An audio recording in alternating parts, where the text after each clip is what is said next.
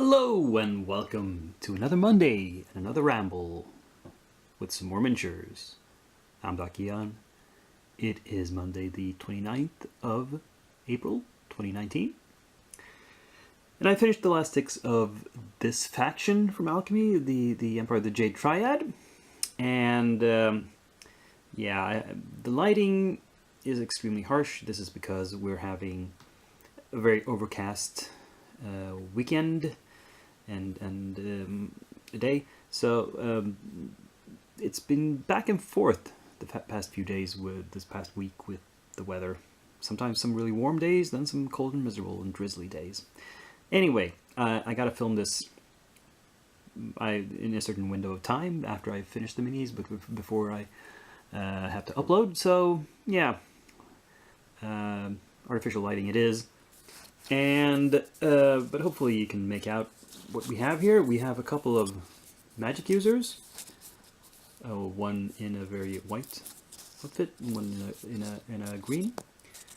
Now for the white, I have painted it in the proper way. Oh, it's a bit glossy there. Maybe I should put some more matte varnish on it.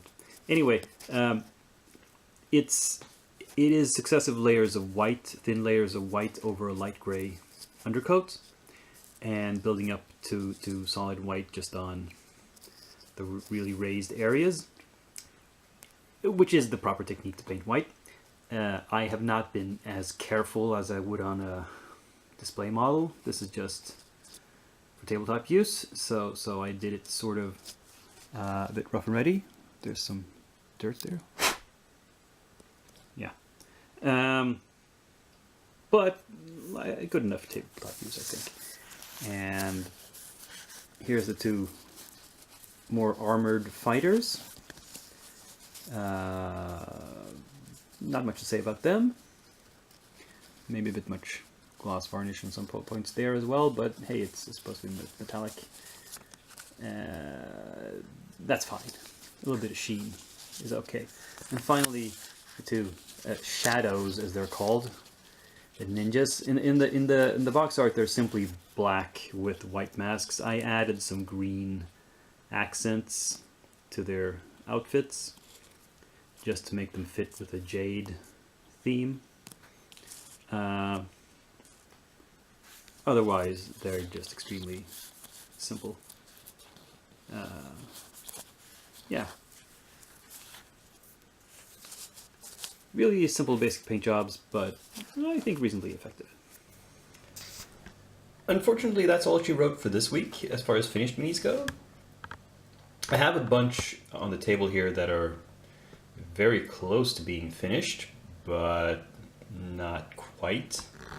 Probably the closest is this little lady here, who I think is done except for some flocking on the base, but there's no time here to add the grass and flowers or whatever and then let it dry and then varnish. Yeah, I have to film this now, so she'll have to be the first thing to get finished next week.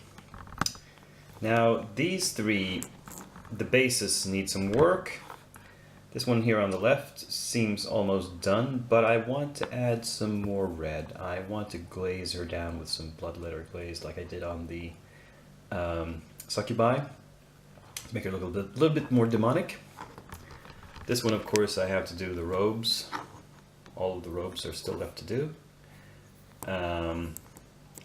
On this one, she could be finished, but I am not happy with the hair. I'm really frustrated with how the hair turned out. I'm going to have to repaint that.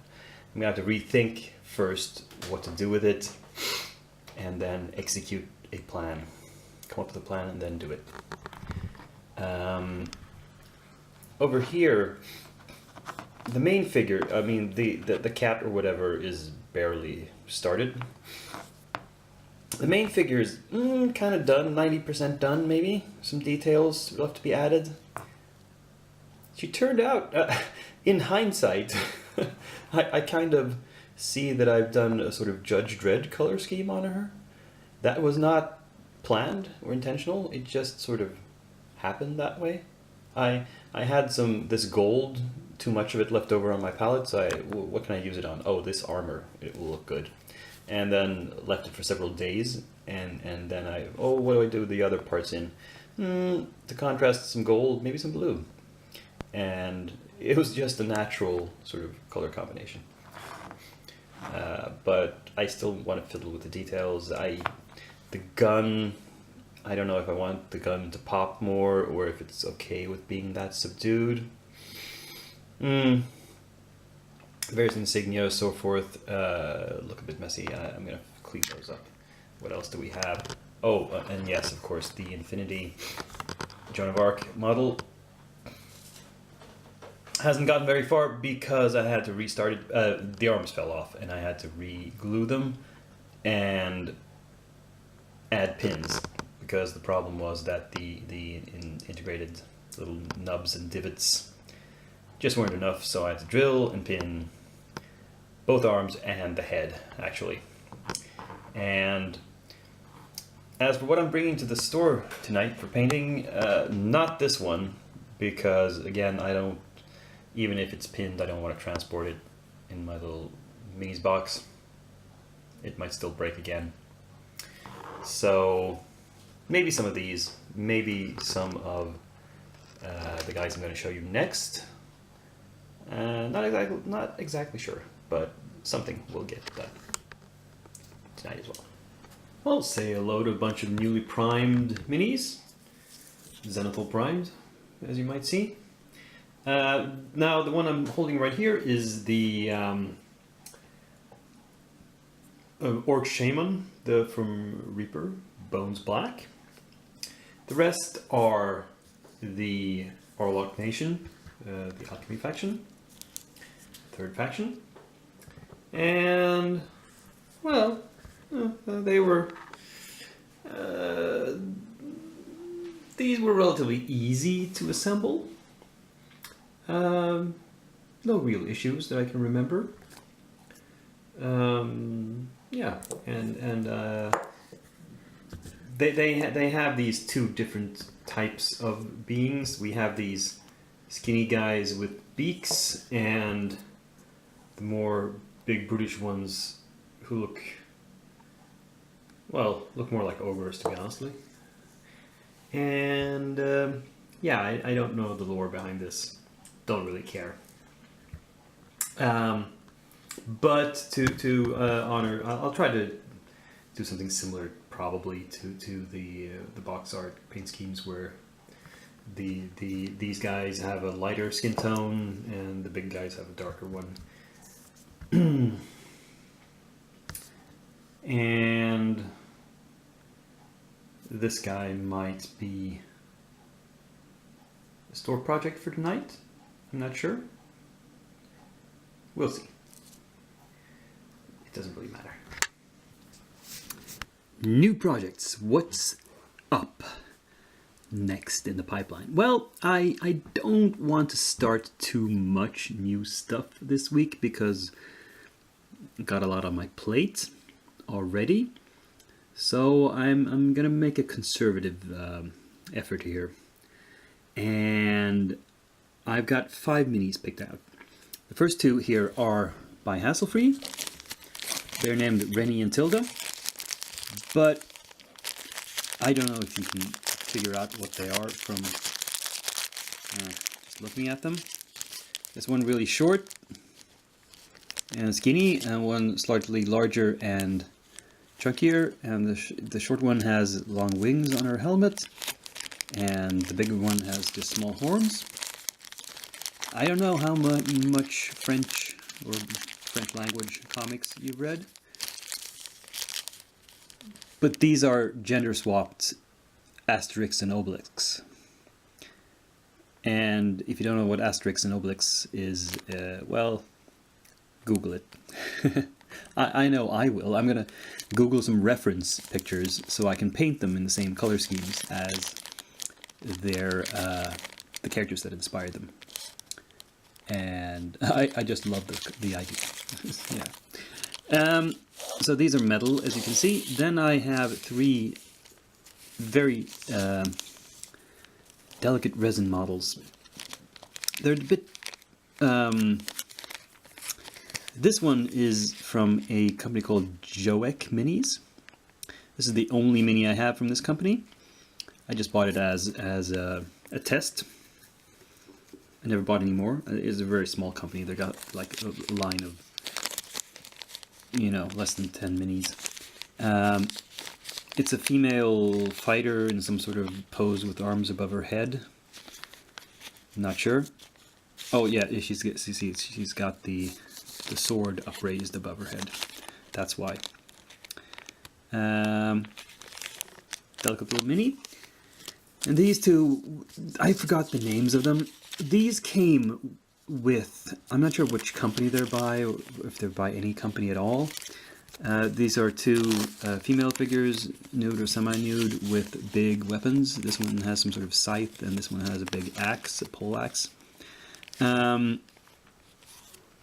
They came with the crowdfunding project. I funded a painting book by Jeremy Bonamont-Touboul, a French painter, on Indiegogo, and as a bonus, when you were crowdfunding it, you got these two minis. I'm not sure if he sells these on his site. I haven't looked at it for a long while. So I don't know if you can get hold of them. But anyway, the thing about these is they're very delicate. There's a lot of very delicate pieces. I'm going to have to be very careful cleaning these up and assembling them so I don't break anything. Not sure I'm going to have to straighten this axe handle. And they don't, this one has no, her feet are not standing on anything. There are no, we don't have any tab or any way to pin this. I don't think I can pin this one either. I could perhaps make a little resin pin from the tab under her feet. I might be able to do that with this one as well. But this one, yeah, just gonna have to glue the bare feet to a base and hope it sticks. And I'll bring some of these to the store next Monday. Probably the Rennie and Tilda will be my store projects next Monday. Probably. Not sure. We'll see.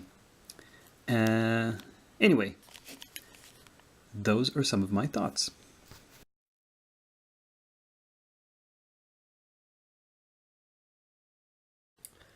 I'd like to finish this week by showing you some stuff I bought that is miniatures related. It's not actual minis, but it's stuff that will actually, I think, help me finish more minis, because if they have nice bases, I'm more inclined to paint them. So I have bought a whole slew of these Micro Art Studios bases of various kinds, mostly the fantasy persuasion or at least sort of, I mean, generic. Didn't get any modern or sci-fi themed this time around. Maybe next go I will. And also, when I saw this next thing, I just couldn't resist picking it up. And it's kind of minis, but not really.